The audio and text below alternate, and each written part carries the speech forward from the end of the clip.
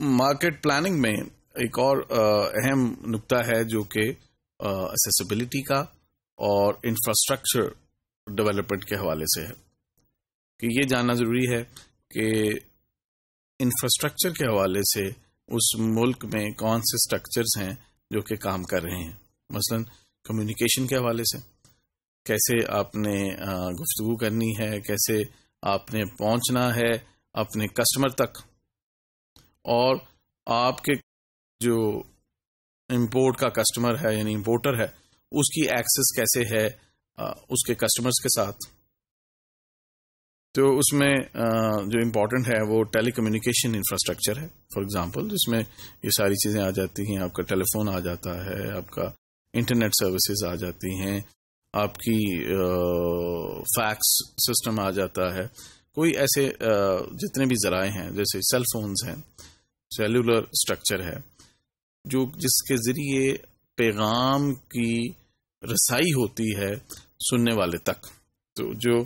Sender ہے اور جو ریسیور ہے ان کے درمیان جو کمیونیکیشن کا جو فلو ہے اس میں کس حد تک آسانی اور کس حد تک مشکلیں ہیں.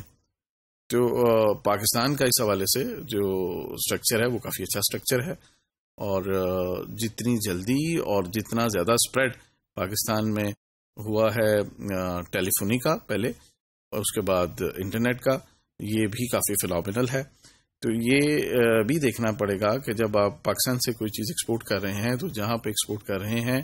وہاں کمیونیکیشن اسٹرکچرز کیسے ہیں، اسٹیبلشڈ ہیں، اور پھر اس میں جو جدت آتی رہتی ہے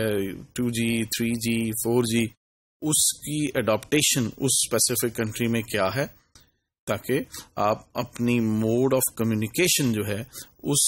متعلقہ ملک کے ساتھ سیٹل کر سکیں اور اس کا پلان بنا سکیں. اس کے علاوہ جو انفراسٹرکچر کے اندر اور معاملات آتے ہیں اس میں transportation plays a very important role as well, کہ سڑکوں کا نظام، اور کچھ ملک ہیں جو کہ سمندر کے ساتھ ساتھ ہیں تو ان میں فیریز یا جو شپس ہیں ان کا نظام، پھر جو بائی ایئر جو ٹرانسپورٹیشن ہے اس کا سسٹم اور اسٹرکچر،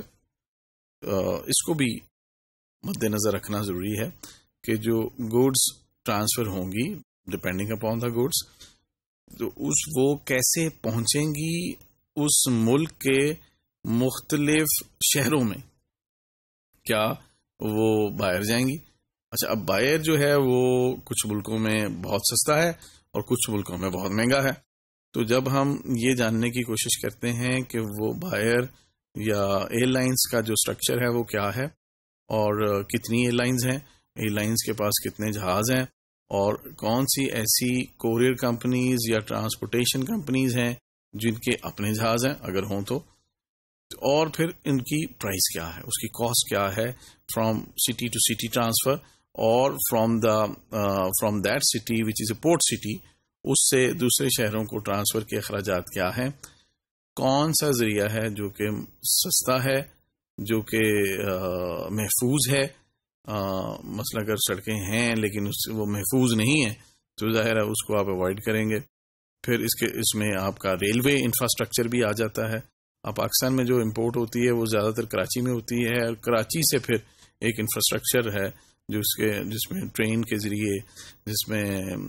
جہازوں کے ذریعے، جس میں سڑکوں کے ذریعے جو پروڈکٹس ہیں وہ شہر کے ملک کے دوسرے شہروں تک پہنچتی ہیں. تو اس انفراسٹرکچر کو سمجھنا بھی ضروری ہے. اور سم ٹائمز یہ ہوتا ہے کہ جو پروڈکٹ ہے اس کی ریکوائرمنٹ، اس کی ٹرانسپورٹیشن ریکوائرمنٹ ڈفرینٹ ہے. فار ایگزامپل، اگر کوئی ایسی چیز ہے جو کہ پیرشیبل ہے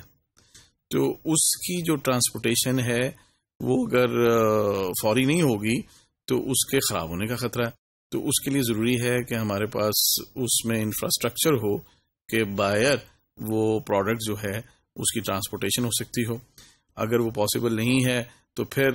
لاجسٹک سپورٹ یہ ہونی چاہیے کہ آپ کے پاس ٹیمپریچر کنٹرول کنٹینرز اور وہیکلز ہونے چاہیے جس کے ذریعے وہ پروڈکٹ جو ہے وہ پہنچ سکے مختلف شہروں میں. اس کے علاوہ ایک اور اہم جو نکتہ ہے وہ ڈسٹریبیوشن کے حوالے سے، کہ کس قسم کا ڈسٹریبیوشن نیٹ ورک ریکوائرڈ ہے ڈسٹریبیوشن سے ہماری مراد وہ انفراسٹرکچر ہے جس میں مڈل مین اور انٹرمیڈیریز ہوتے ہیں جن کے ذریعے اشیاء فائنل صارف تک پہنچتی ہیں. تو کیسا چاہیے، کتنی لیئرز ہونی چاہیے اس ڈسٹریبیوشن اسٹرکچر میں، اس ڈسٹریبیوشن اسٹرکچر کے کتنے ممبر ہونے چاہیے، بڑا ڈیٹیل ڈسٹریبیوشن اسٹرکچر چاہیے یا ایکسکلوسیو چاہیے، یہ ڈپینڈ کرے گا ہماری پروڈکٹ کے اوپر.